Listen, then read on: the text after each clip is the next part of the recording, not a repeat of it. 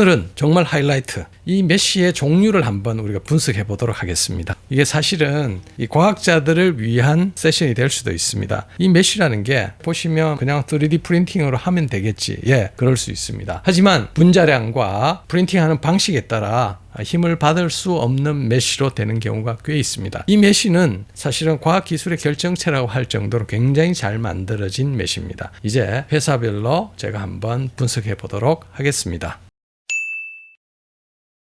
국내에 유통되고 있는 혹은 저희들이 이제 해외에 진료를 가서 구해서 쓸 수 있는 이 메쉬 세 종류를 한번 구해서 제가 확인을 한번 해보도록 하겠습니다. 제가 논문도 썼고 이제 대표적인 가장 안전하면서 코 수술의 허가를 받은 TNR이라는 회사에서 나온 메쉬입니다. 여기 보면 일종의 이제 이러한 certificate, 이제 이게 차트에 붙게 됩니다. 그럼으로써 제가 나중에 수술하고 언제 무슨 물질을 어떤 두께로 사용했다는 걸 알게 되고요. 소독이 잘 돼가지고 이렇게 나와 있죠.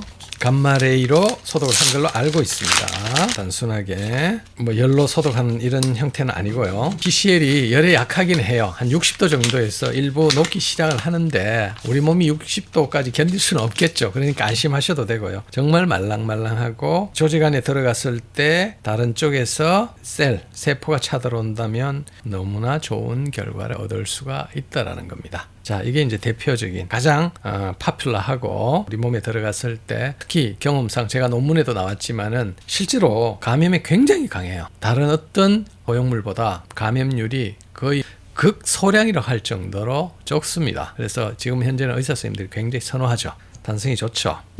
이제 또 다른 회사, 요거는 이제 수입한 회사네요. 네, 여기도 이제 요거는 기형으로 되어 있으니까 스님들이 보시기에 뭐 좀 있는 것처럼 이렇게 보일 수도 있습니다. 근데 제 눈에는 뭐 별거 아닌 것처럼 그래 보여요. 이제 이런 포장을 되어 있습니다. 제가 한번 볼게요.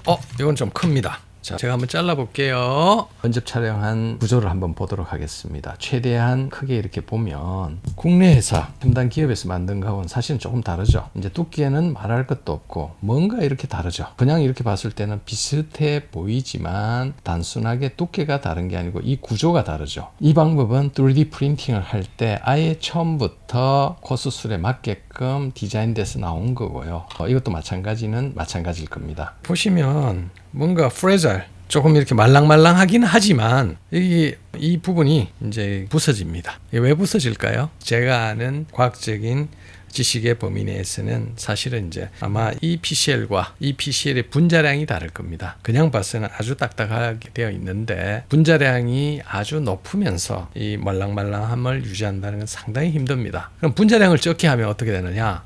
이게 부서져요. 단점이 있기 때문에 서양인들이 쓰면 좋겠네요. 코가 크고 하니까. 근데 동양인이 쓰기에는 사실 상당히 부담스러운 것은 사실입니다. 자, 제가 특정 회사를 잘못하면 옹호하는 것 같아가지고 참 죄송스러운데 있는 대로 일종의 과학적인 지식을 바탕으로 해서 제가 말씀을 드리고 있습니다. 그리고 또 다른 회사, 이제 요거는 제가 해외에서 접할 기회가 있어서 해봤는데 마찬가지로 그냥 보면 뭐 딱딱하고 이렇게 좋은 것 같은데 자, 이 부러집니다. 보이시죠? 부러집니다. 왜 그럴까요? 제가 조금 전에 보여드렸던 중국산은 잘 부러지죠. 근데 아마 이게 이제 분자량이 크게 높은 PCL로 보이진 않습니다. 그러다 보니 이거 역시도 조금 약하긴 한데 이 중간에 뭔가를 집어넣었어요. 이 중간에 있는 부분이 하나의 어떤 지지체처럼 되어 있고 그 양쪽에서 이 필라멘트나 파이브로 이렇게 3D 프린팅을 한 완전히 다른 PCL입니다. 자, 이 PCL과 이 PCL이 이제 구조적으로 다르고 제가 말씀드린 바와 같이 강도나 경도 게다가 탄성까지 다른데 과연 그러면 성형외과 의사 입장에서 또 뭐 요즘은 이제 이비인후과 선생님들도 수술 많이 하는데 과연 어떤 게 적합하고 적정할지 사실 가격이 싸면 의사 입장에서는 훨씬 더 가격 경쟁력이 있으니까 좋다고 할 수 있겠지만 환자 입장에서는 좋은 걸 또 적당한 걸 써야 되겠죠. 즉 초기 머티리얼이 다르다는 거예요. 분자량이 다릅니다. 이 분자량 하면 일반 시청자들은 모르실 거예요. 우리 몸도 딱딱한 부분이 있고 말랑말랑한 부분이 있는데 이 PCL 같은 경우에도 무거운 PCL이 있고 가벼운 PCL이 있습니다. 근데 이 무거운 PCL로 뭐 어느 정도 탄성 주고 이렇게 만들면 참 좋겠는데 그러면 이런 3D 프린팅을 하기가 힘들어요. 그러다 보니 분자량이 적은 PCL을 활용한다는 거죠. 이 분자량이 적은 PCL을 쓰다 보면 이렇게 뚝뚝 부러집니다. 지금 여기도 자세히 보면 이러한 PCL과는 다르게 적청 방식이 아니에요. 단순하게 모양만 메쉬를 만든 지금 이 PCL이에요. 그런데 분명히 거의 비슷합니다.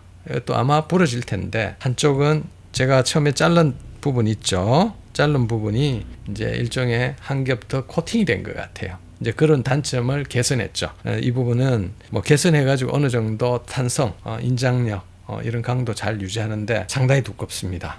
자, 이제 다시 정리로 들어가서 PCL도 같은 PCL 아니다. 가끔 가다가 제가 이제 유튜브 동영상이나 다른 블로그나 이걸 보면 야, 메쉬가 들어가 있었으면 재수술도 너무 힘들어 그렇게 말씀을 하시더라고. 근데 제 입장에서는 이 메쉬 들어가 있는 수술을 하는 게 너무나 좋아요. 왜? 재수술을 하더라도 이 메쉬가 아주 가뿐하게 아주 정교하게 이렇게 박리가 될 뿐만 아니라 또 어떤 경우는 심지어는 셀러 인필트레이션에서 세포가 참 잘 차 들어가 있어 하나의 스카폴드로 잘 형성이 되어 있습니다. 그런데 이렇게 프레자일한 부서지는 메쉬는 인펙션이 될 찬스가 굉장히 높습니다. 그러다 보니 메쉬에 대한 부정적인 생각도 생긴 것도 아마 사실일 거예요. 근데 이제 제대로 된 이 머티리얼을 적당껏 활용한다면 코코출 저도 이렇게 자 한번 이렇게 올리면서 좋은 결과를 얻을 수가 있습니다. 자, 오늘 이렇게 순위를 공개할 시간입니다.